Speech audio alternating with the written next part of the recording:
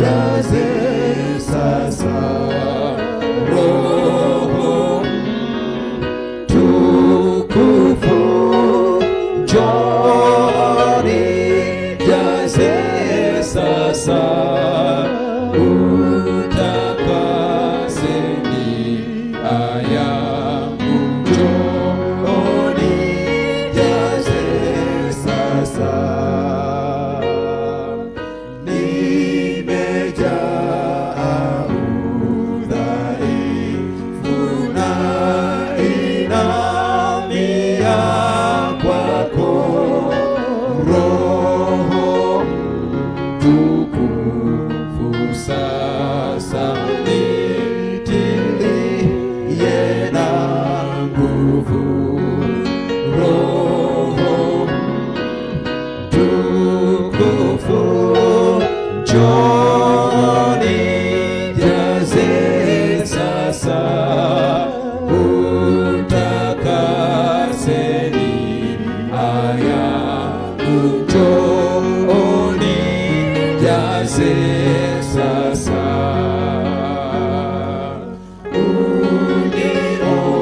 Uniosheni bariki niponye nibariki. Unijaze moyo wangu niwe mwenye uwezo. Roho tukufu njoni jaze sasa. Utakaseni aya njoni jaze sasa.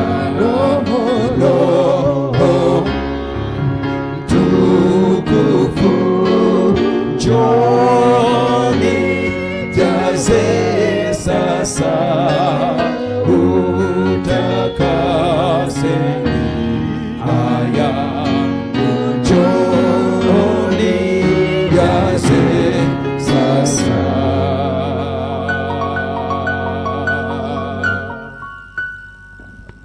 Tuombe. Baba yetu na Mungu wetu mwema wa mbinguni, jioni ya leo Bwana, tunarejea mbele zako tukiwa katika hali nzuri ya afya hivi. Maana hata kama kuna mgonjwa, Yesu, tunajua ya kwamba unatenda miujiza ndani ya mwili wake. Na hivyo Mungu wetu, katika jioni hii ya leo tunakuja kwako kama tulivyo, tunakuja kwako tukihitaji kuisikia sauti yako. Wakati ambapo mtumishi wako umemwandaa, na kwanza tunashukuru kwa kumsafirisha salama, lakini tunajua ya kwamba saa imefika Yesu apate kukuinua wewe juu, na wewe ukamfiche nyuma ya msalaba wako, ili Kristo atakaponena mtumishi wako kwa mafuta ya Roho wako Mtakatifu, ujumbe wako huo ambao umemtuma wewe, Bwana, utupatie masikio yanayoweza kushika kwa uaminifu, na neno lako hili likatubadilisha katika maisha yetu. Tunaomba Bwana, maombi yote ambayo watoto wako wameinua mioyo yako kwako mchana kutwa, Bwana, najua ya kwamba hayakuwa bure, na yale ambayo umekusudia kutubariki watu wako hapa Nzega yatatimilika kwa ajili ya utukufu wako. Wale ambao wanaharakisha kuja katika ibada hizi, ninakusihi malaika wako wa safari asafiri pamoja nao, na hata kama ni wale ambao sio Adventista lakini wamepata habari ya kwamba mahali hapa Yesu una baraka unazomwaga kwa watu wako, walete wote hao katika mkutano hii. Sasa njoo ukaseme nasi Mungu wetu, maana tuko tayari kukusikiliza. Twaomba hayo katika Kristo Bwana wetu, amen.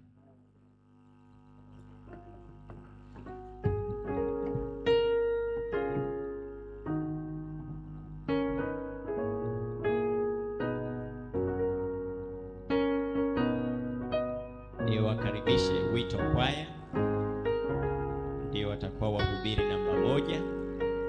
Baada tu ya Wito Kwaya, mtumishi wa Mungu atasimama kwa ajili ya huduma ambayo jioni hii ya leo tutaipata. Na hivyo niwaombe twende tu kwa haraka Wito Kwaya, ili baada tu ya wimbo mmoja mtumishi wa Mungu atasimama kwa huduma ya jioni ya leo. Kwaya, karibuni.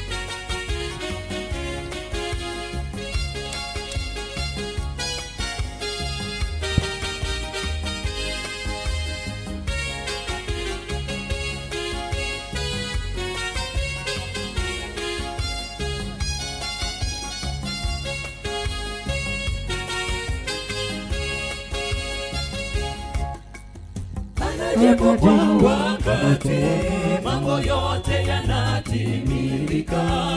Ndiye Mungu wetu mwenye enzi, nini kilifanyika pasipo yeye? Wa zamani ni wa sasa, Mungu ana uwezo wa kutindika. Ona uliotoka, usemea anajibu kwa wakati, mambo yote yanatimilika. Ndiye Mungu wetu mwenye enzi, nini kilifanyika pasipo yeye? Wa zamani ni wa sasa, Mungu ana uwezo wa kutindika. Ona uliotoka, usemea ninazunguka sana na sijaona wakufanana naye Mungu wangu. Hata wewe shughuli uwezo wake wavuka mipaka ya kibinadamu. Ni Mungu mwenye nguvu na yeye asiyechoka, atupigania upenda si ziada kwake. Kuacha tambulisha kumwinua juu kwa mataifa, imani yangu kwake ujengwa. msingi wa wokovu wangu. Nimezunguka sana na sijaona wa kufanana naye Mungu wangu. Hata wewe shuhudia uweza wake wavuka mipaka ya kibinadamu. Ni Mungu mwenye nguvu na yeye asiyechoka, atupigania, upenda si ziada kwake. Huacha tambulisha kumwinua juu kwa mataifa. Imani yangu kwake hujengwa, msingi wa wokovu wangu.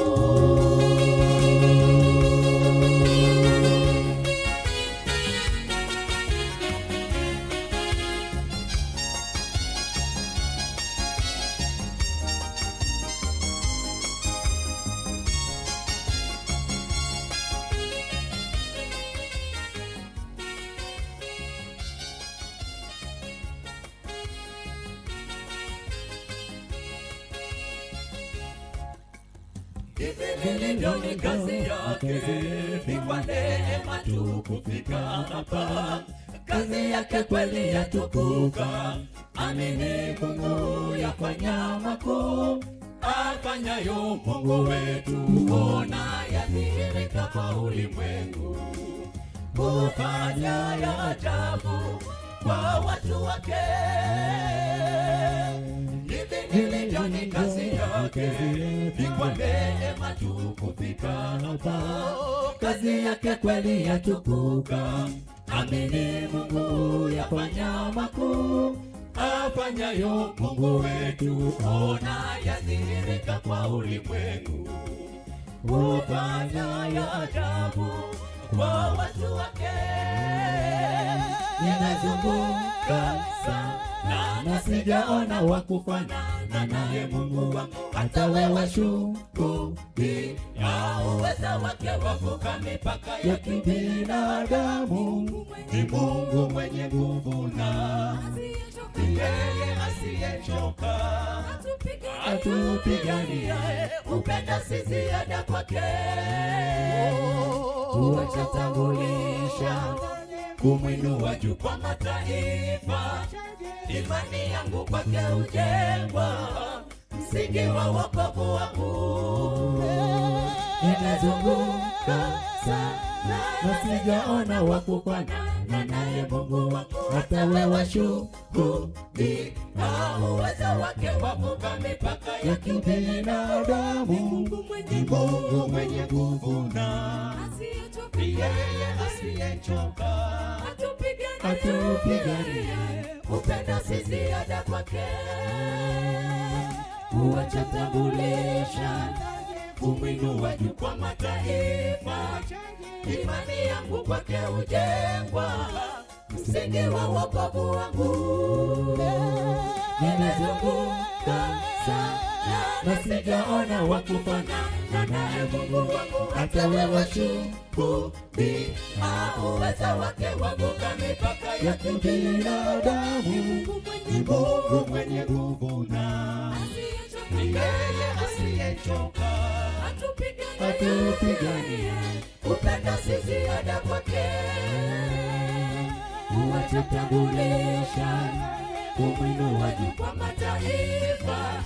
Imani yangu kwake hujengwa, msingi wa wokovu wangu.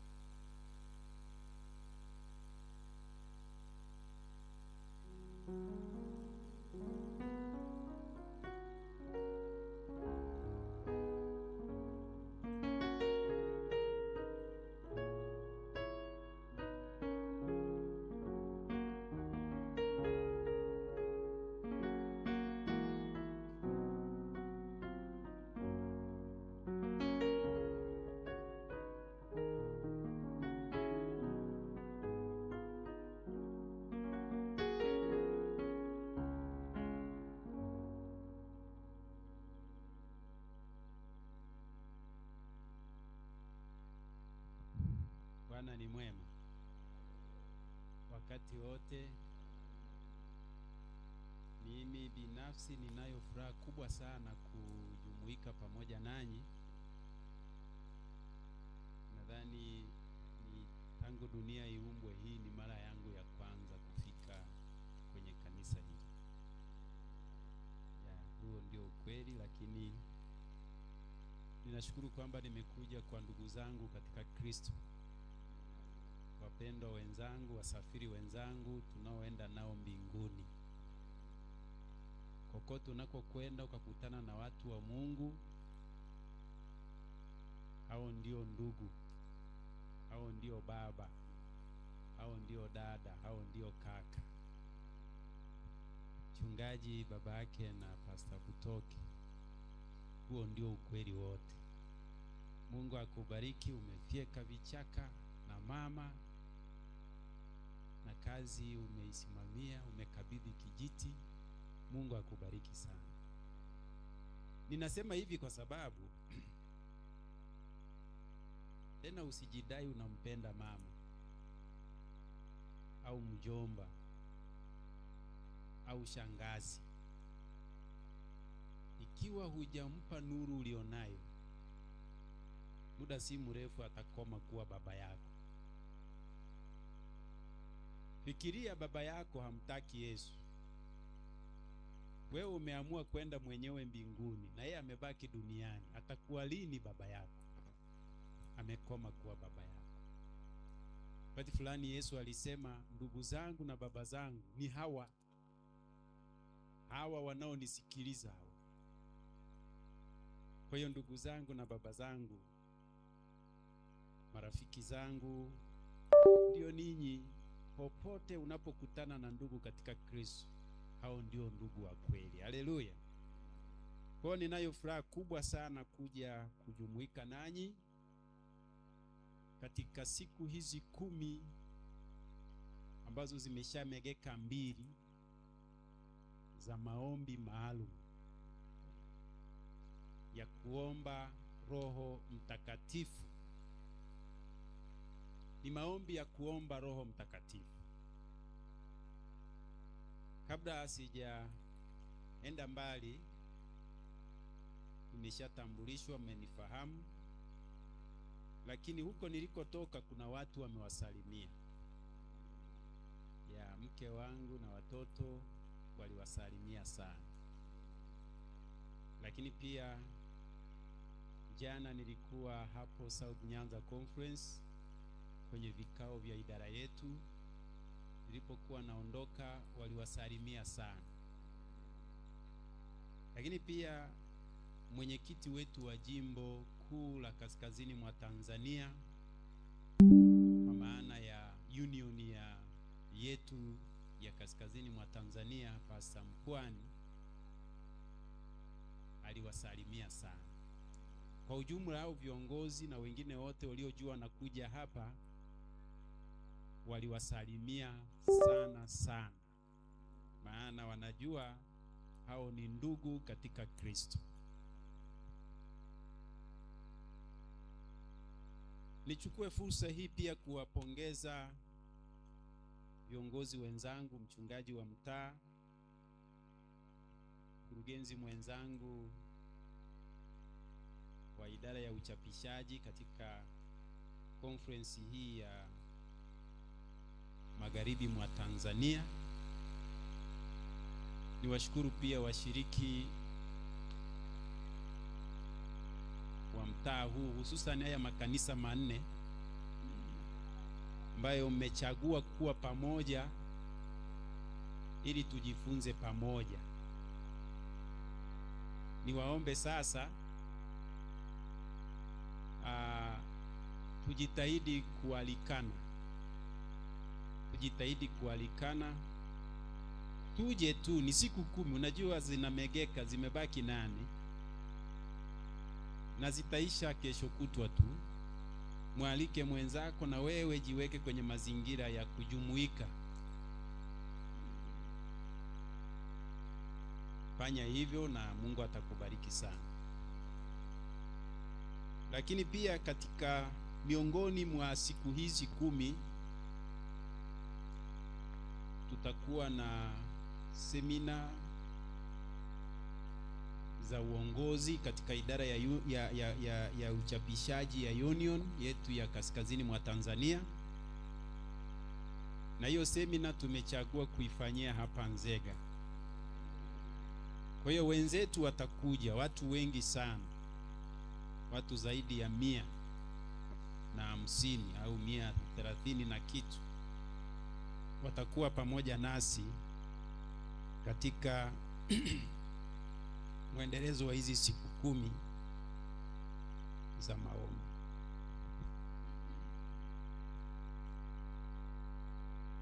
Kwa hiyo ni kuombe kwamba ujitahidi kuwaalika wenzako na we mwenyewe tujumuike, maana hata hivyo zinatokea mara moja kwa mwaka, si ndio hivyo? Sasa kuna tatizo moja linaweza likajitokeza, tukazoea kila mwaka kupokea hizi siku 10 za maombi, kila mwaka tunazipokea, lakini hatujatafakari na kuweka kwa kina kwa nini zipo. Tukajizoeza tu hivi. Hizi siku 10 zimeshakuja na kwenda miaka kadhaa, lakini lengo lake ni kuomba uwepo wa Roho Mtakatifu. Sio tu uwepo, kujazwa na kufurika kama mvua ya masika Roho Mtakatifu ndani ya maisha ya watu wa Mungu. Yameshakuja masomo kadhaa. Kama utarudi nyuma kwenda miaka ya 2015 huko na 10 huko nyuma, masomo haya yamekuwa yakiendeshwa. Sasa kadri tunavyosogelea mwisho, ndio wakati wa kutafakari, kwa nini siku 10? Ni wakati wa kutafakari. Usione tu vitu kawaida. Yaani hata hii nyumba yenu mnayosali, usione tu kawaida. Ukishaingia mlangoni unaketi.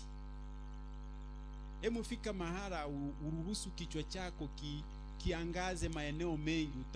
Utagundua tu kuna vitu unapaswa kurekebisha na kuna vitu unapaswa kuvifanya viwe vizuri, na kuna vitu utajipongeza kwa sababu vipo pale.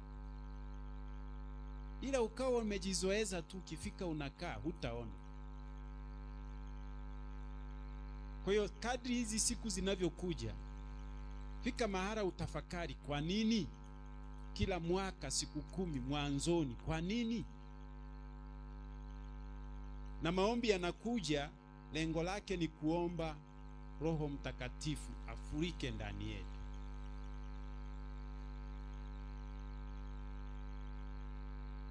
Najua kama kuna hitaji linahitajika kwenye kanisa hili la Waadventista wa Sabato la Nzega na kanisa la Mungu kote duniani, sio wingi na idadi ya watu wengi kanisani.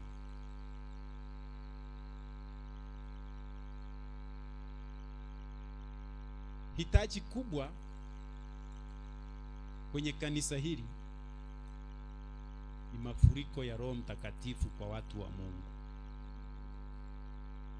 Kwa sababu bila Roho Mtakatifu, bahati mbaya au nzuri, tumezaliwa kwenye kipindi ambacho kukivuka kinahitaji uwezo ulio nje ya uwezo wako. Mambo yaliyo mbele yetu yanahitaji uwezesho wa nguvu zaidi ya zile tulizo nazo. Ndio maana ahadi ya Roho Mtakatifu imetolewa kwa watu wa Mungu katika nyakati zetu hizi za mwisho. Sasa kwa sababu hiyo ni vizuri tukatafakari sana juu ya wito huu wa kila mwaka, unatolewa kila mwaka. masomo yamekuja mbalimbali, na mkononi mwangu hapa nina somo linasema siku 10 za maombi, na mada kuu inasema kufunguliwa. Kufanyaje wapendwa? Kufunguliwa. Ndio mada kuu ambayo tunayo, kufunguliwa. Sasa kufunguliwa ni lugha inayosikika, wengine wanaitumia vibaya. Wengine wanaitumia vibaya kwa huko nje. Ukisikia inavyotajwa, mtu anaweza akaja akakwambia njoo ufunguliwe, umefungwa. Si ndio njoo ufunguliwe. Ninakuombea maombi ya kufunguliwa. Ninakufungua kwa jina la Yesu. Mambo kama hayo yapo. Ila ukisoma vizuri mada hii, kufunguliwa kunakotajwa hapa, kuna mtu anasubiri umfungulie moyo wako aingie. Haleluya. Umfungulie Yesu, umfungulie Roho Mtakatifu, umfungulie Mungu ndani yako. Kumbuka kwenye kitabu cha Ufunuo anasema yuko mlangoni anabisha. Si ndio? Mwenye nyumba asipofungua huwezi kuingia. Na Roho wa Mungu hawezi kufanya chochote usipofungua moyo wako akaingia. Kwa hiyo kufunguliwa kunakotajwa hapa, moja ni kumfungulia Roho Mtakatifu aingie, anabisha. Yesu Kristo anabisha ndani ya moyo wako, ufungue aingie, mfungulie.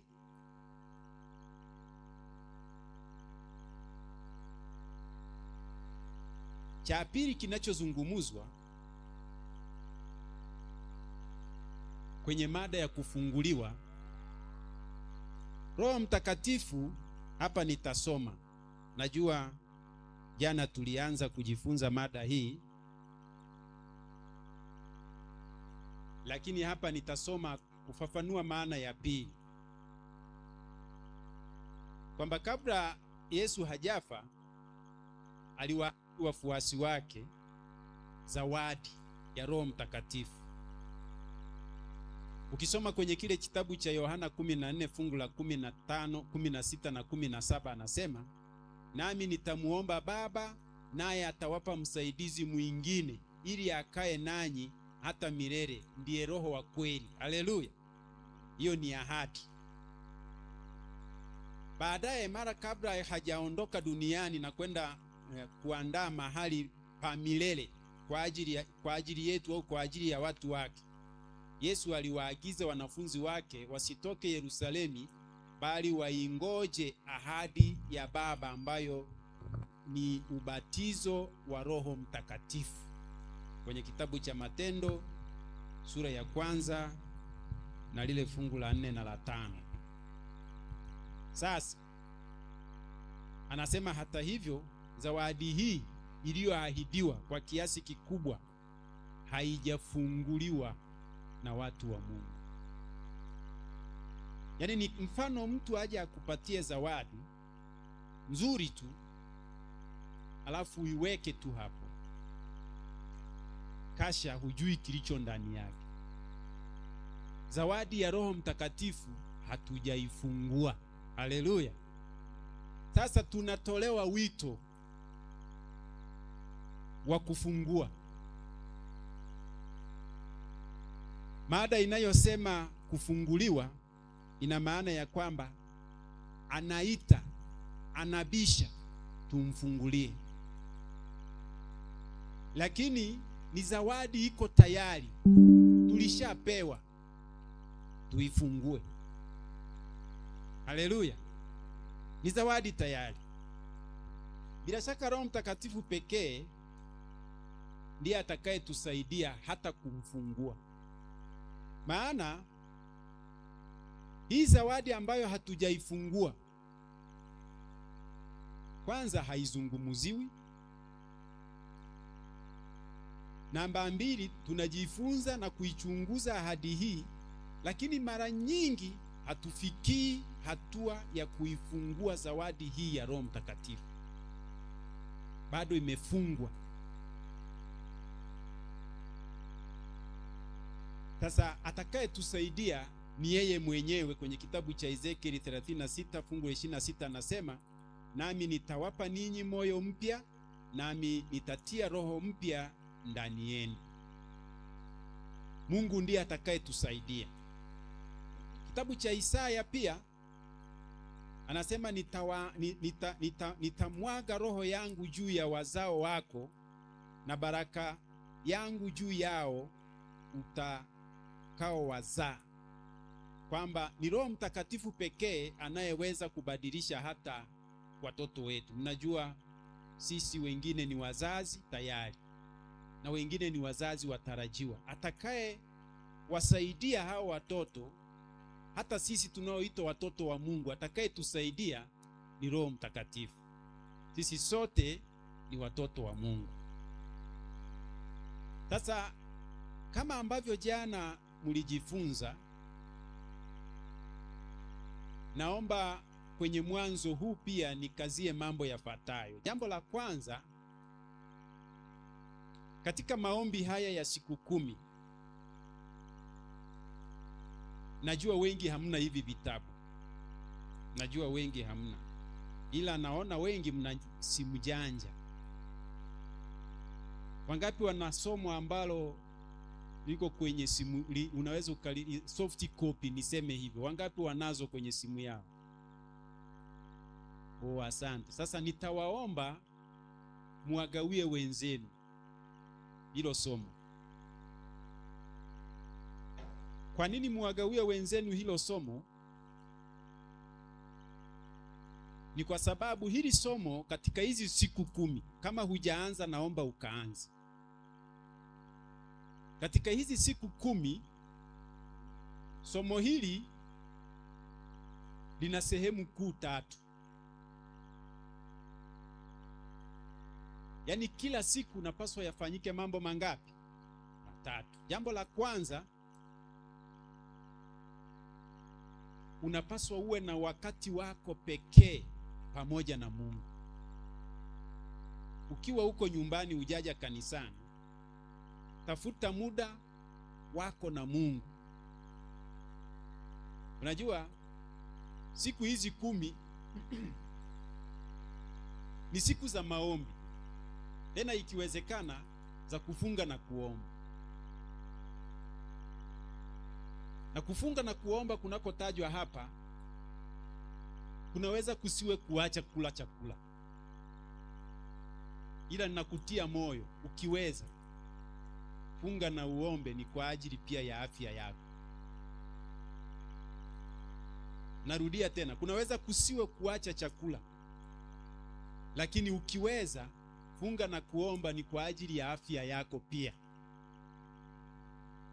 Na hutakufa, badala yake utakuja kushangaa katika mwili wako kuna vitu vitabadilika baada ya siku hizi 10 za kufunga. Kwa hiyo pale itakapowezekana, weka ratiba mpya ya kula, na ikiwezekana funga vyakula vyote unavyofikiri ni vitamu. Tumia vyakula vya asili kama dawa ya kutibu mwili wako kwa siku hizi 10. Naposema vyakula vya asili, ni vyakula vile ambavyo asili yake ni kwenye Biblia, lakini pia ni vyakula ambavyo sio vilivyochakachuliwa. Kuna vyakula vimechakachuliwa, wenzetu wanaita junk food.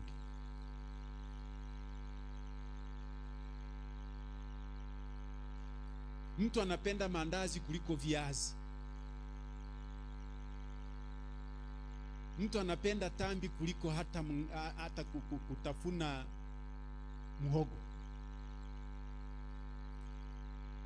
Ukiweza kufunga vyakula vya aina hiyo, ukatumia vyakula vya asili, utakuwa umeufanyia mwili wako kitu cha thamani sana.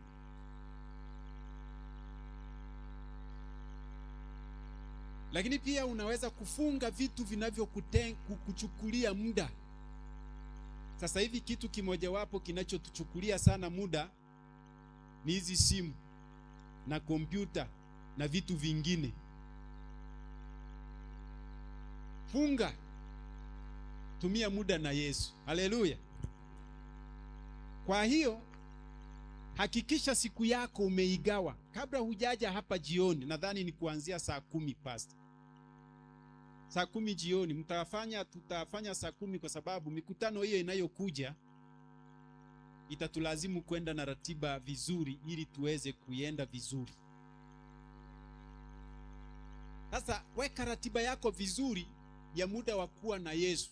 Yesu anasema hujawa nami hata kwa saa moja. Weka ratiba vizuri wewe, na huo muda utumie kuomba, kutafakari, kujisalimisha, kusoma na neno la Mungu. Unaposoma neno la Mungu unakuwa unaongea au unakuwa unamsikiliza Mungu anasemaje. Chukua Biblia, soma neno la Mungu. Kitu cha pili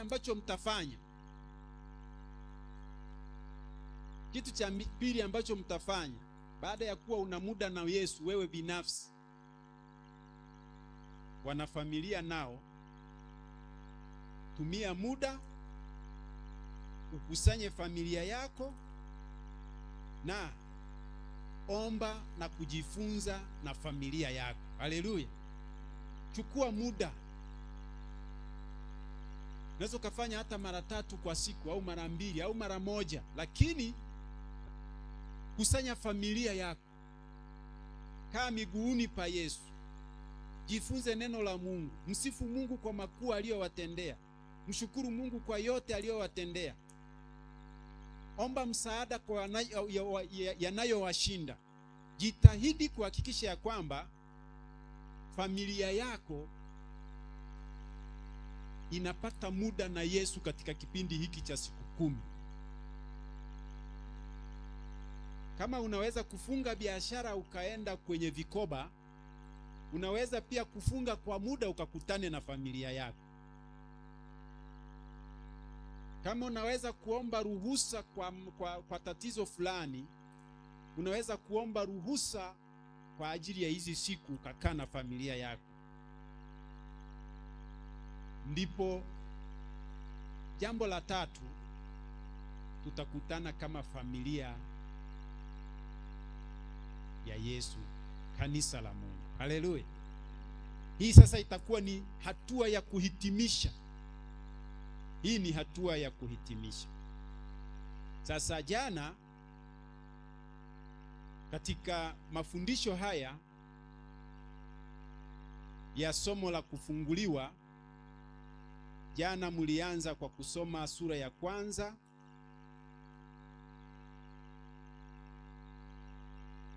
somo ambalo lilituonyesha ya kwamba tunapaswa tumjue Yesu kwamba anaishi. Haleluya. Kuna watu wanadhana ya kwamba Yesu bado yuko kaburini. Unaweza usiseme, lakini matendo na maisha yako bado yakawa yanaonyesha ya kwamba imani yako inadhani kwamba Yesu bado yuko kaburini. Sasa jana tuliona, leo nitaweka tu utangulizi, haina shida. Tuliona ya kwamba mojawapo ya mada muhimu sana tulioanza kujifunza inasema mjue Yesu kama mwokozi wetu aliye hai. Mjue Yesu kama mwokozi wetu aliye hai.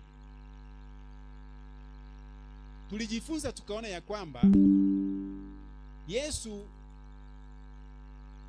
ndiyo alikufa, akazikwa, lakini akafufuka na akatumia muda kujitambulisha kwa watu mara kadhaa kwamba yeye ndiye aliyekufa na sasa yu hai. Na baada ya kifo chake na kufufuka kwake, alitumia tena siku 40 duniani akiwa na wanafunzi wake. Najua hilo mlijifunza jana na mkalielewa. Siku 40 yuko pamoja na watu wake hawa wanafunzi, akiwaimarisha, akiwaelekeza namna watakavyoifanya kazi yake. Siku 40 alijitambulisha. Sasa ikiwa mpaka sasa uko kwenye dhana, sio uhalisia kwamba Yesu anaishi, yu hai, nadhani hata kuomba kwako kunaweza kukakosa imani, ukawa unaomba bila imani. Fika mahala utambue ya kwamba Yesu yu hai. Ndio maana kwenye kitabu kile cha Yohana 17 fungu la 3 anasema, wakujue sana wewe Mungu wa pekee wa kweli na Yesu Kristo uliyemtuma. Ikiwa humjui Yesu, naposema kujua ni zaidi ya kufahamu au kusikia tu ukawa na uelewa wa kawaida. Kujua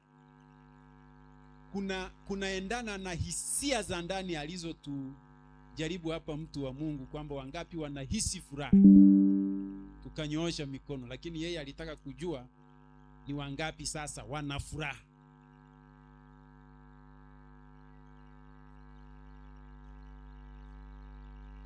Kwa hiyo Yesu inatakiwa tutambue ya kwamba yu hai, na mlipewa kazi ya kwenda kufanya. Wale mliokuwepo jana, najua mmeifanya vizuri.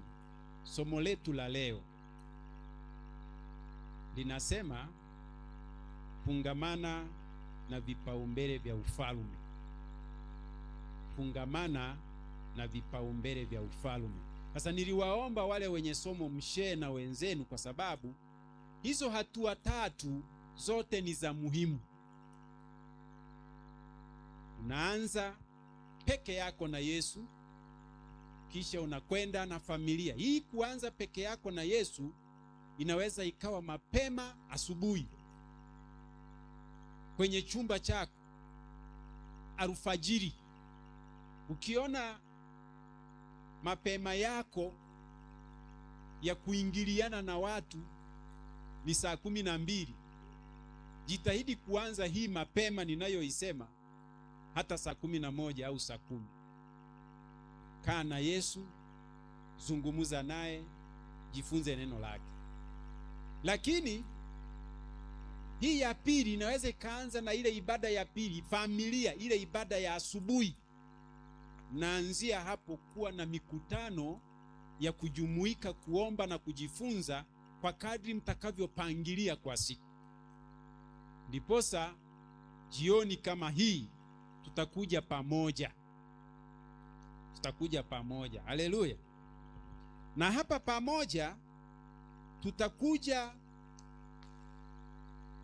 kujifunza na kuomba, na hitaji letu kubwa ni Roho Mtakatifu. Sasa unaweza ukawa na somo ukasema, mbona hata hivyo ni fupi? Kwanza nimeshalisoma, limeisha. Tena nilivyolisoma nikalielewa, pengine ni zaidi ya vile nilivyomuona mhubiri anahubiri. Maana siku hizi watu wana vitu kama hivi. Ninakushauri, na hapa nikusomee kitabu cha Waibrania sura ya 10. Nitasoma lile fungu la 25. Hii fungu la sura ya Waibrania fungu la 10 na lile fungu la 25, tuanze na 24. Anasema, tukaangaliane sisi kwa sisi na kuhimizana katika upendo na kazi nzuri. Hii nimewaomba, angalia mwenzako ambaye hayupo, mwalike aje. Lakini wala tusiache kukusanyika pamoja kama ilivyo desturi ya wengine, bali tuonyane na kuzidi kufanya hivyo kwa kadri muonavyo siku ile kuwa inakaribia. Kadri tunavyosubiri kuja kwa Yesu na kadri tunavyoona kukaribia kwake, miongoni mwa kitu kitakachotufanya tuimarike ni kukusanyika pamoja. Haleluya. kama hivi tulivyokusanyika. Kitendo cha kukusanyika pamoja, namba moja, ndicho kitakachofanya tumiminiwe Roho Mtakatifu.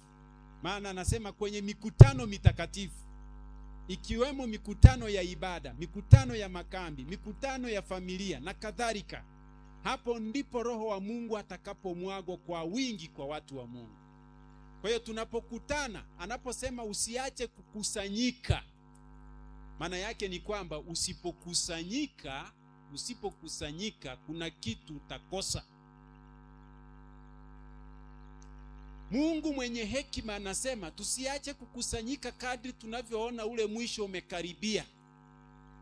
Tunapokusanyika hivi, kuna nguvu isiyo ya kawaida inayokuja ndani yako na kukusaidia kushinda udhaifu na unyonge na kukupa nguvu za kusonga mbele katika safari hii ya wokovu. Mtu unaweza ukaona, mbona nimechukua, nimesoma, nimemaliza, hayo ndio wataenda kujifunza. Bado hitaji kubwa la kukusanyika ni la muhimu sana. Kwa niwape mfano mtanielewa. Ukachukua jiko la mkaa, najua mnajua mkaa, si ndio? Si ndio wapendwa? Ukachukua jiko la mkaa, ukaliwasha, likakolea, likawa jekundu kabisa. Alafu ukachagua mkaa mkubwa katika hiyo mikaa, utoe na koleo, uweke mahala pakavu kama hapa, au kwenye udongo mkavu usio na maji, uache huo mkaa hapa. Alafu uende uchote maji kwenye kikombe au kwenye kitu chochote, nenda uzime ule ulioachwa jikoni, zima kabisa, zima, unazungusha hivi mpaka uache kamkaa kamoja tu kanako waka. Kisha wewe nenda tafuta kitu, ukae mahala fulani, usubiri kama nusu saa hivi, alafu rudi ukakague kilichofanyika. Matokeo yatakuwa hivi: ule mkaa mkubwa ambao hujaumwagia maji, ila uliweka tu mahala pakavu kama hapa, utakuta upepo umepuliza mpaka umezima. Lakini huu mkaa uliowekwa jikoni, huu ulioko kwenye mkaa, ulio kwenye jiko, ulizima ndio, mpaka moto hata unaweza ukashika, unasikia tu ni joto. Sasa kilichotokea, lile joto limeukausha maji, alafu kale kamoja kameuasha. Kama hutaukuta unaendelea kuwaka, utakuta jiko lote limeshawaka linaendelea.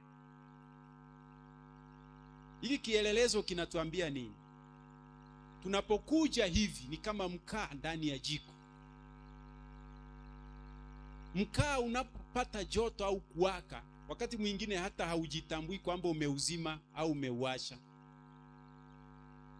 Ni kama tunaposoma neno la Mungu. Tunaposoma neno la Mungu, tunapokuwa tunasoma neno la Mungu, anasema uwatakase na ile kweli, neno lako ndilo kweli.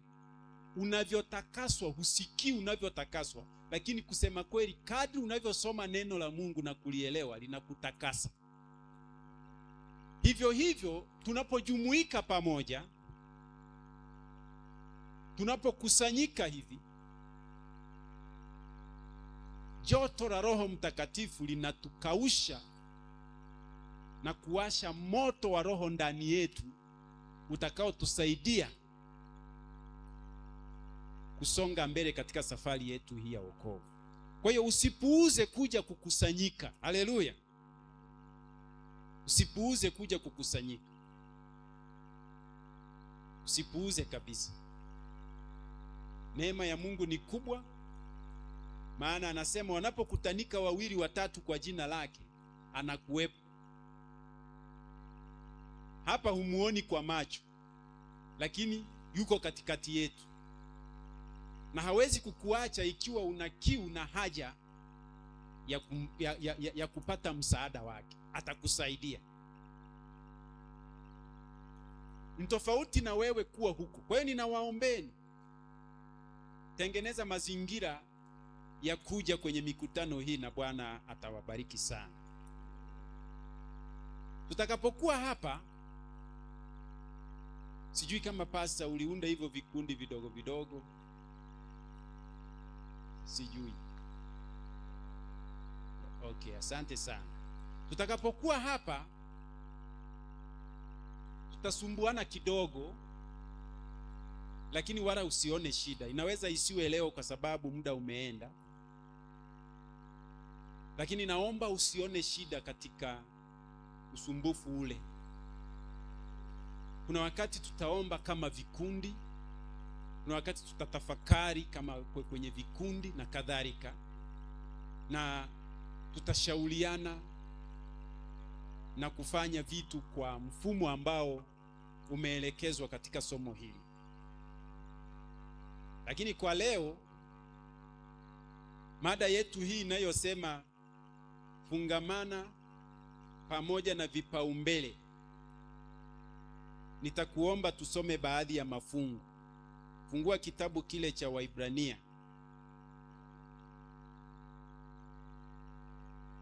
maana tumeshakisoma. Tufungue kitabu cha Matendo ya Mitume sura ya 1. Kwenye kitabu cha Matendo ya Mitume sura ya 1, ukisoma fungu la 6 mpaka fungu la 8, maandiko yanasema hivi: basi walipokutanika wakamuuliza wakisema, je, Bwana, wakati huu ndipo unapowarudishia Israeli ufalme? Akawaambia, si kazi yenu kujua nyakati wala majira Baba aliyoweka katika mamlaka yake mwenyewe. Fungu la 8 anasema, lakini mtapokea nguvu akisha kuajilia juu yenu Roho Mtakatifu, nanyi mtakuwa mashahidi wangu katika Yerusalemu na katika Uyahudi wote na Samaria hata mwisho wa nchi. Haleluya! Hiki kisa, kama una hili somo na ukawa umeanza kujifunza, utagundua hiki kisa kinahusu Yesu alipofufuka, kawatokea wanafunzi wake, na kwa kuwa aliwaambia wakae Yerusalemu, alienda kukutana nao hapo. Alipokutana nao, walimuuliza, tumeanza kuona ulichokisema. Unajua awali hawakuamini ya kwamba atakapokufa atafufuka. Sasa wakaona amefufuka. Sasa wakajua kwa sababu hilo limetokea, ufalme wake unaenda kusimama, Israeli inarejeshewa ufalme. Sasa wanashangaa, wako naye halitaji hilo jambo, na siku zinakwenda na saa zinakwenda, wakaamua kumuuliza, je, huu ndio ule muda wa kuirejeshea Israeli ufalme?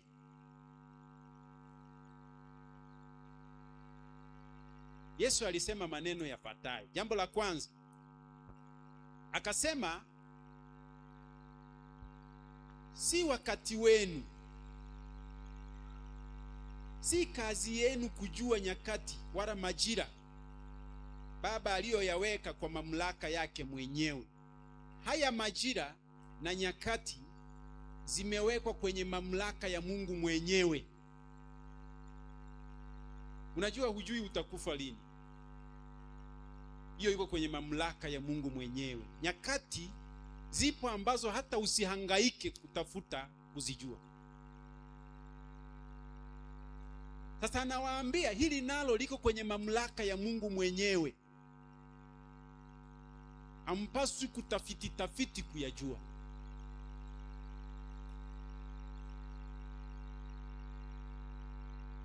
Ndiyo, najua unataka kupona ugonjwa wako, au hii ndiyo, hizi siku 10 za maombi ndizo ndizo nitafunga mpaka nitajirike. Anaweza kuwa mawazo yako. Au hizi ndizo nitafunga ili niponywe. Inaweza kuwa mawazo yako. au hizi ndizo nitafunga mpaka niajiriwe. Yanaweza kuwa mawazo yako. Au hizi ndizo nitafunga mpaka niolewe. Yanaweza kuwa mawazo yako. Au hizi ndizo nitafunga mpaka nipate mchumba. Yanaweza kuwa ni mawazo yako. Sio mawazo mabaya,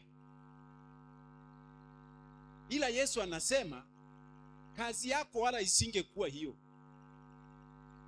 Hayo yako kwenye mamlaka ya Mungu mwenyewe. Haleluya.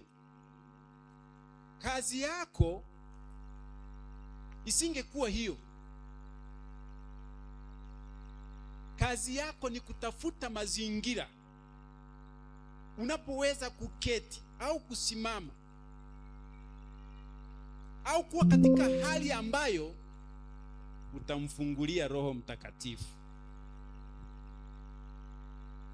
Kazi yako ni kutafuta kusikia sauti ya wito wa Roho Mtakatifu anayetaka umfungulie. Wapendwa, ngoja niwaambie, Roho Mtakatifu asipofunguliwa ndani ya moyo wako hataingia. Ni kama mtu achukue chupa, mvua inanyesha tangu asubuhi mpaka jioni, aende aifunike alafu aiketishe mvua inyeshe tangu asubuhi mpaka jioni. Nakwambia utakapokwenda utakuta chupa ndani haina hata tone la maji. Ingawa mvua imenyesha, imeleta mafuriko, lakini ndani hutakuta hata lepe la tone la maji. Kufunguliwa kwa Roho Mtakatifu ni hitaji letu. Huyo Roho Mtakatifu akikaa ndani yetu, haina maana ya kwamba hatuna roho. Tunaye Roho. Ndiye hata amekuleta kanisani. Ndiye amekupa wazo la kufikiri kwamba kuna Mungu. Ila kulingana na wakati tunaoishi, yanahitajika mafuriko. Haleluya. Joto ni kali. Joto la ulimwengu ni kali. Ukiacha chupa ikabaki na tone kule chini, joto litaifanya itajikunja. Kama ni ya plastiki, kama ni ya kioo itapasuka. Kama ni ya moto itashika moto iwe nyekundu kiasi kwamba baridi itakapokuja itafanya ilasti. Kinachohitajika ni kujaza chupa. Ikijaa, moto utaisha, maji yatapoa, chupa iko pale pale. Wewe ni chupa, mimi ni chupa. Lakini tuko kwenye dunia iliyofurika joto la uovu lisilo la kawaida. Tunahitaji mafuriko, ujazo wa Roho Mtakatifu. Mafuriko maana yake ni kwamba hata kama imejaa, bado Roho amwagike. Kama unavyokuwa maji yamejaa, unamwaga, bado yanadondoka. Kama yale yaliyokuwa ndani yana joto zaidi, haya unayoweka ya baridi yataendelea kupoza na kurejea kwenye hali yake ya kawaida, utakuwa sawa. Hitaji kubwa sasa hivi ni Roho Mtakatifu, na hawezi kuwa ndani yetu kama hatutamfungulia. Sasa wanafunzi wanamuuliza Yesu, huu ndio wakati wa kutupatia ufalme? Huu ndio wakati tutatufanya sisi wengine kuwa mawaziri, wengine kuwa wakuu, wengine kuwa mawaziri wakuu? Ndio wakati huu, maana tulikuwa na wewe muda wote. Yesu anawaambia, kwa kweli si kazi yenu kujua. Unajua, sio kazi yako kujua utapona lini, wala sio kazi yako kujua utatajirika lini. Maana hata hivyo Mungu anajua kwa nini uko hivyo, anajua. Maana kuna wengine akitajirika hapa ndio amemwacha Yesu kabisa. Ushahidi upo wa wengi walioomba wapate fedha nyingi na wamepata, leo hawako kanisani. Ushahidi upo. Sio kila mtu anaweza kumiliki fedha.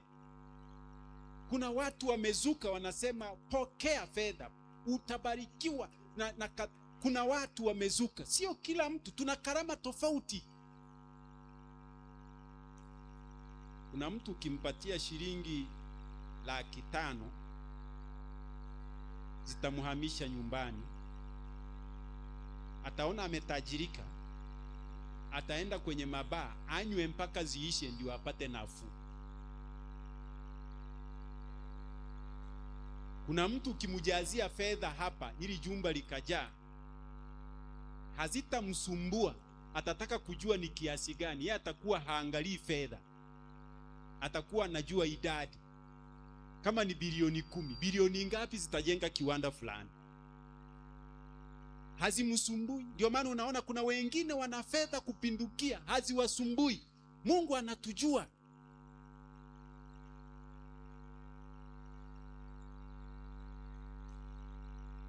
Unataka kupona, ndio kuna marekebisho unapaswa kufanya. Sasa unataka kupone sukari, siwaachane na vyanzo vilivyoleta sukari. Unataka kupone alafu ugue tena. Mungu hafanyi hivyo. Sasa hawa wanafunzi wanauliza swali zuri sana, lakini Yesu anawaambia sio wajibu wenu kujua nyakati na majira. Hayo yako kwenye mikono ya Baba. Ila akawaambia jambo la tumaini, akasema lakini mkikaa pamoja kama ninavyowaambia, mtapokea nguvu. Haleluya. Mtapokea nguvu. Mtapokea nguvu, na hii nguvu sio Roho Mtakatifu, ila akiisha kuajiria juu yenu Roho Mtakatifu, mtapokea nguvu. Kuna watu wanafikiri Roho Mtakatifu ni nguvu fulani. Sio. Roho Mtakatifu ni Mungu katika namna ya kutokumuona. Kuna anachagua kujitokeza kwa njia hiyo. Roho Mtakatifu sio nguvu, ila Roho Mtakatifu akiwa ndani yako utapata nguvu. Haleluya. Utakuwa na nguvu za kiroho, nguvu za kimwili, nguvu za uwezo. Na ndipo sasa anasema, nanyi sasa mtakuwa mashahidi wangu. Shahidi ni mtu anayeshuhudia matendo ya uweza wa Mungu. Utashuhudia sasa umepona, utashuhudia sasa umetajirika, utashuhudia sasa unafanya, yani vile ulivyovitaka utavishuhudia akisha kuwa ndani yako. Haleluya. Kwa wingi. Vile ulivyovitaka utavishuhudia. Wewe utakuwa unashuhudia, nilikuwa mgonjwa nimepona. Na utaanzia Yerusalemu, utakwenda Uyahudi, Samaria, mpaka mwisho wa nchi. Utashuhudia. Sio tu kushuhudia matendo aliyokutendea, utashuhudia na neno lake kwa ulimwengu. Utawaambia watu habari za wokovu ulioupata kupitia kwa Yesu Kristo. Haleluya wapendwa. Kwa hiyo sasa swali ambalo ni la msingi ambalo unapaswa ujiulize kwenye mada hii tunayosema kufungamana pamoja na vipaumbele. Nini ni kipaumbele chako? Nini ni kipaumbele chako? Wewe katika maisha yako, nini ambacho unakiona ni kinapaswa kuwa kipaumbele chako? Au nini umekifanya kuwa kipaumbele chako kwenye maisha haya? Ni nini umekifanya kuwa kipaumbele chako?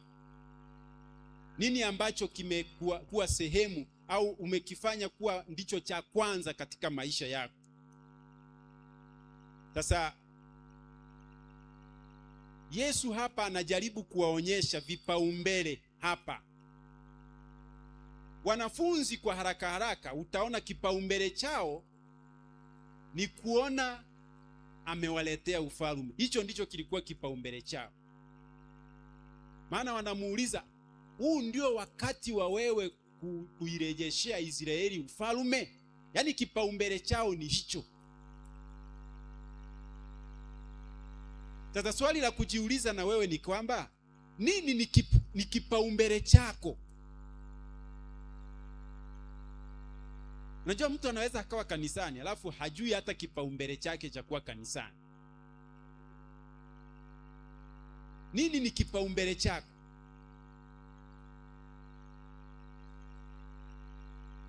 Cha wanafunzi kilikuwa hicho. Cha kwako ni kipi? Kwa nini unakuja kanisani? Kwa nini umemwamini Yesu?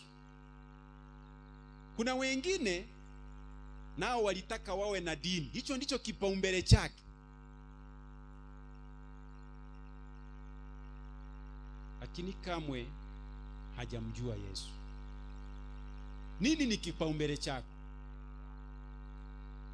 Wito unasema kipaumbele chetu kiwe kutamani ufalme wa Mungu. Haleluya. Kwenye kitabu cha Mathayo sura ya 6 nitasoma lile fungu la 33. Mathayo 6 fungu la 33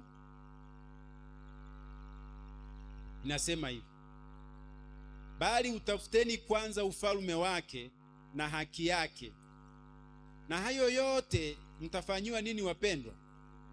Mtazidishiwa. Tutafute kwanza ufalme wa Mungu, na hayo mengine tunayoyatafuta tutazidishiwa. Tutazidishiwa. Hawa wanafunzi wa Yesu, ukisoma kitabu cha Marko 10 fungu la 35, sio tu kwamba waliomba kujua kama huo ndio muda wa wao kurejeshewa ufalme. Sikiliza walivyokuwa wameanza hapo nyuma kwenye kitabu cha Marko. Kitabu cha Marko sura ya 10 nitasoma hili fungu la 35. Marko sura ya 10, soma nami fungu la 35. Inasomeka hivi. Nitasoma mpaka lile fungu la 37. Marko 10 35 mpaka 37 inasomeka hivi: na Yakobo na Yohana wana wa Zebedayo wakamwendea wakamwambia, mwalimu, twataka utufanyie lolote tutakalo kuomba. Akawaambia, mwataka niwafanyie nini? Wakamwambia, utujalie sisi kuketi mkono wako wa kuume na mmoja mkono wako wa kushoto katika utukufu wako. Kwa kuwa walikuwa na hisia ya kwamba Yesu amekuja kusimika ufalme wa hapa duniani, wao wakajipeleka mapema wakiwa wawili, Yakobo na Yohana. Wakasema ya kwamba sasa sisi tunachoomba, tafadhali tunakuomba mmoja awe mkono wako wa kushoto na mwingine awe mkono wako wa kulia. Kwa lugha nyingine, mmoja awe makamu wa rais na mwingine awe waziri mkuu. Ndivyo walivyoomba. Hivyo ndivyo vilikuwa vipaumbele vyao baada ya kuwa wameamua kumfuata Yesu. Na utaona hata wanafunzi nao wanauliza, au huu ndio wakati ule wa wewe kuondoa huu ufalme wa Kirumi, utuwekee ufalme wa Israeli na utufanye kuwa watu wakubwa? Hivyo vilikuwa vipaumbele vyao. Ndipo Yesu akaingilia kati na kuwaambia, hapana, hayo mnayowaza sio lengo kuu, sio vipaumbele vinavyohitajika. Vipaumbele vinavyohitajika ni ninyi kukaa mpokee Roho Mtakatifu. Haleluya. Sasa akija huyu akakaa ndani yenu, basi mtakuwa na nguvu, na hizo nguvu mtakazokuwa nazo zitawasaidia. Kwenye vikundi vyetu tungepata muda tungetafakari kisa cha Zakayo. Zakayo ni mtu ambaye alikuwa na vipaumbele vingine. Yeye alikuwa na vipaumbele vingine kabisa. Alitaka atajirike, awe mtu mwenye mali nyingi. Ndio maana alipokuwa anachukua ushuru kwako, anakunyang'anya hata mara 4, anakuchukulia hata mara 2. Lakini alipokutana na Yesu akaelewa kwamba kumbe cha kwanza kutafuta ni ufalme wa Mungu, alifanya toba. Haleluya. Na akasema, ukisoma fungu la 8, akatubu akasema, kitabu kile cha Luka 19 fungu la 8, akatubu akasema, kama kuna mtu nilimnyang'anya, nitamrudishia mara 4. Ni mara 2, mara 4.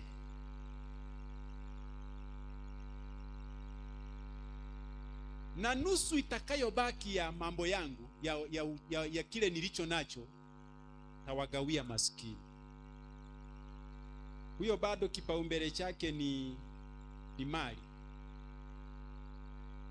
Kilikuwa kipaumbele chake, kilikuwa. Lakini alipokutana na Yesu, kipaumbele chake sasa hapa ni uzima wa milele. Haleluya. Hataki tena mali. Mali zitakuwepo sawa, kila kitu kitakuwepo, lakini ngoja nikwambie, ulimwengu unapita na hivyo vyote vilivyomo vinapita, na havitakuwa na msaada wowote kwa watu wa Mungu. Watu wa Mungu kitakachokuwa msaada kwao ni uzima wa milele. Haleluya. Uzima wa milele ndicho kitakuwa kitu cha thamani kwa watu wa Mungu. Ndio maana anasema, utafuteni kwanza ufalme wake na haki yake, mengine hayo mtazidishiwa.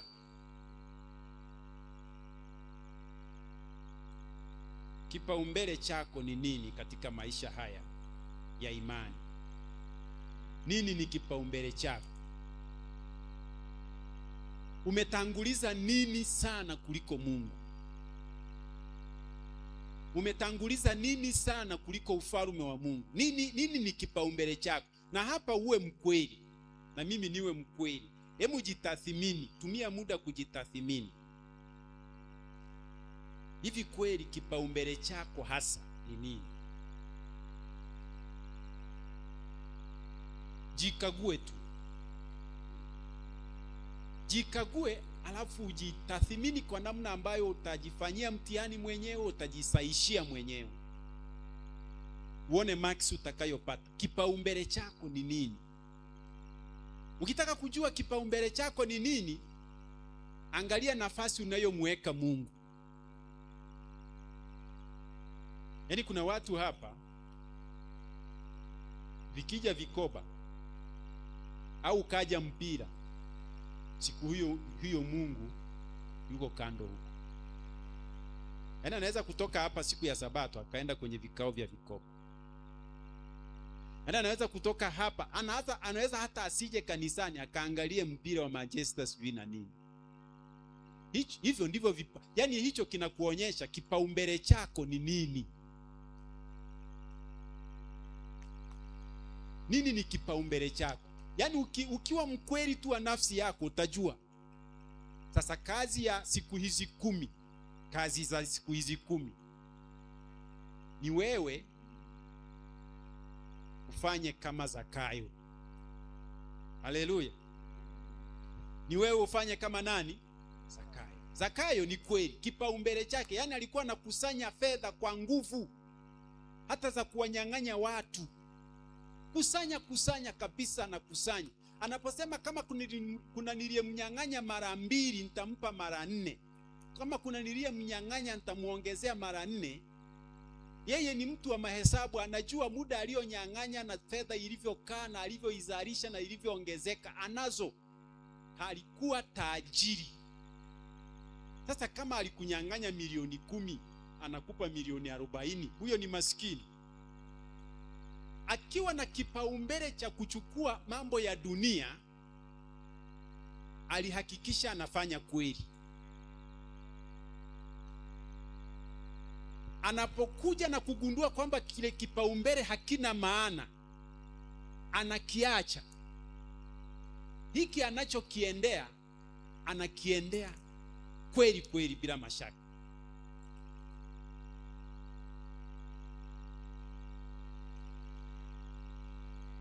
Sijui kama umenielewa, lakini ninachotaka kusema ni hiki. Nenda ujikague. Kaa kwenye kiti, lala kitandani, waza. Jiulize, hivi kweli kipaumbele changu ni kipi? Utakigundua tu na Roho wa Mungu atakuongoza. Utagundua. Ukigundua kipaumbele chako ni nafsi yako, maana ukiona hurudishi hata zaka, kipaumbele chako ni nafsi yako. Yaani wewe, kwa lugha nyingine, ni vile hujajua wewe mwenyewe ni Mungu wa nafsi yako.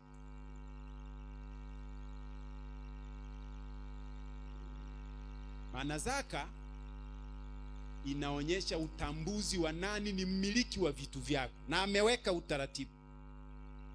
Nenda ulale ujichunguze, nenda ukae ujichunguze, utajua kipaumbele chako. Na hivyo vipaumbele vyako, ukiona havitakupeleka kwenye wokovu, chukua hatua ya Zakayo. Haleluya! Chukua hatua ya Zakayo. Sema ya kwamba ni sawa, vilikuwa vipaumbele vyangu, lakini sasa Mungu wangu, ninatamani kipaumbele changu kiwe uzima wa milele. Na ikiwa hivyo, maombi yakitangazwa kama haya, unaweka kichwani, ni maombi ya siku 10. Utafata maelekezo. Ikitangazwa chochote kuhusu Mungu, ndicho utakachofanya, maana kipaumbele chako ni uzima wa milele. Jizoeze kutoa kipaumbele chako kiwe uzima wa milele. Haleluya! Hivi vitu vingine vinapita. Sawa, unaweza ukakusanya fedha nyingi sana, ni sawa. Siku ukifa unaenda na ngapi? Sawa, unaweza ukajiingiza kwenye mambo ya zinaa. Unaweza ukajiingiza kwenye mambo ya ufisadi. Unaweza ukajiingiza kwenye mambo. Hayo mambo ukisha pumuzika,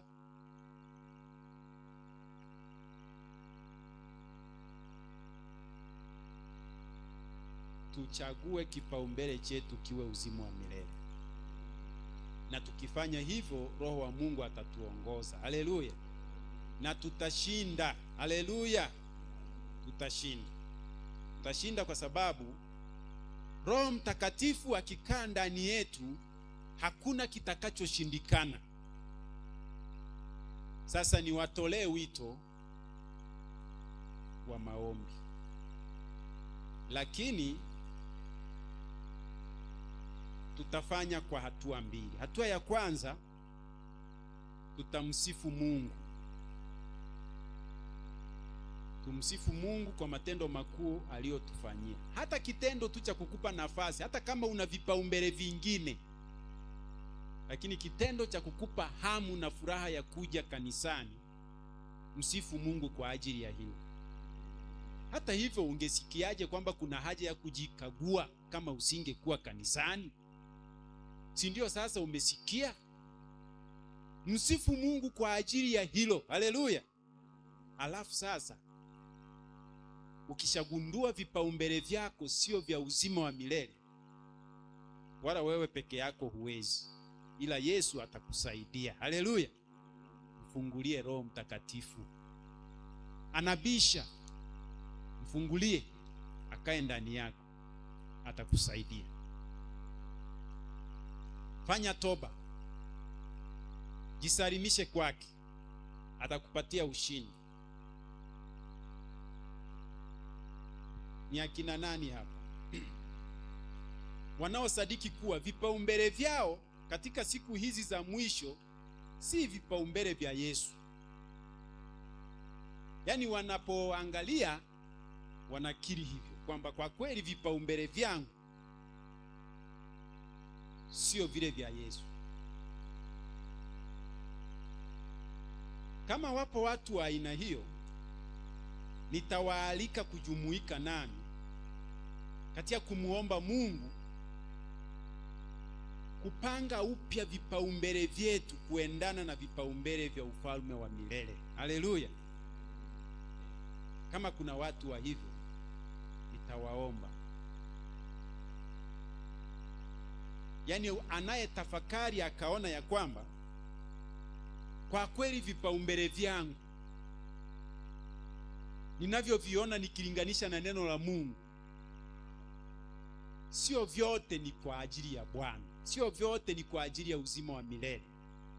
Nimegundua hivyo, na sasa ninatamani kwa msaada wa Yesu nianze upya. Vile ambavyo sio vipaumbele vya uzima wa milele, anisaidie kuviacha kama Zakayo alivyofanya, na vile ambavyo ni vya uzima wa milele aviimarishe. Haleluya! Wanaosema hivyo wanaweza kusimama.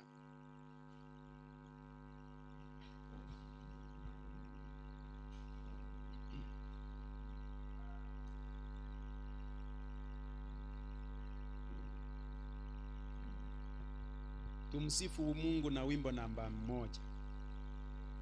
Kwa wale waimbaji, tumsifu Mungu kwa wimbo namba 1.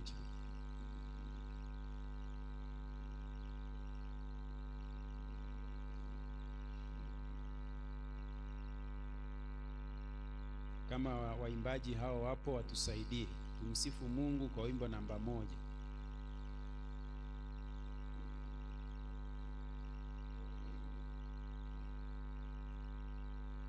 Au hatufahamu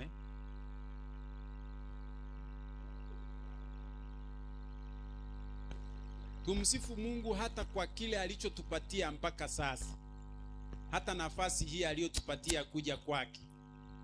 Tumsifu Mungu.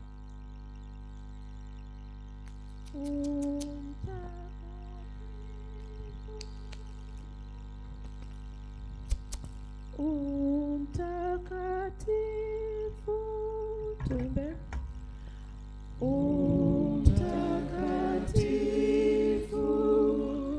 Mungu Mwenyezi,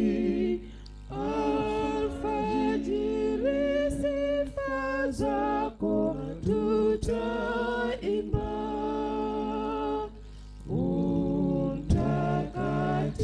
Mtakatifu, Bwana wa huruma, Mungu wa vyote hata milele.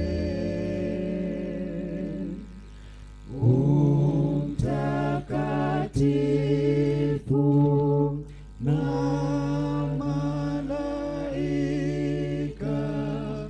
wengi sana wanakuabudu wote,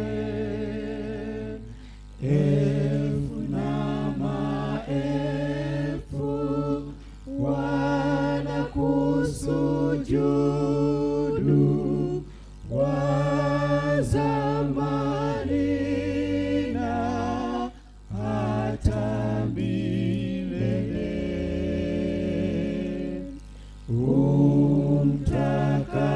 Mtakatifu,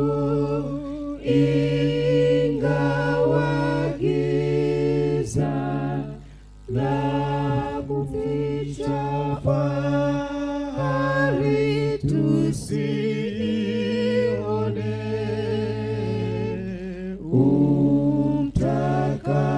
Mtakatifu, wewe peke yako kamili kwa uwezo na pendo.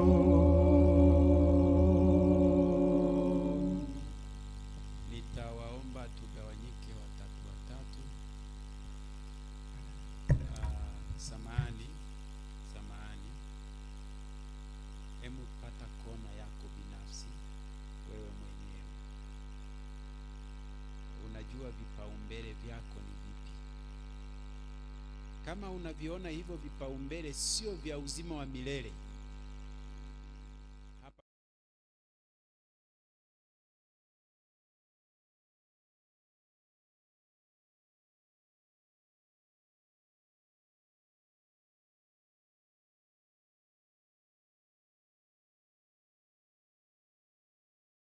hakuna siku 10 nyingine katika mwaka huu 2026, bali ni siku 10 hizi tu, kuanzia tarehe 7 hadi tarehe 17. Mara baada ya siku 10 hizi nyingine ni mpaka mwaka 2027. Ni nani aaminie na ajuaye atakuwepo? Zitumie siku hizi liziwe siku njema kwako.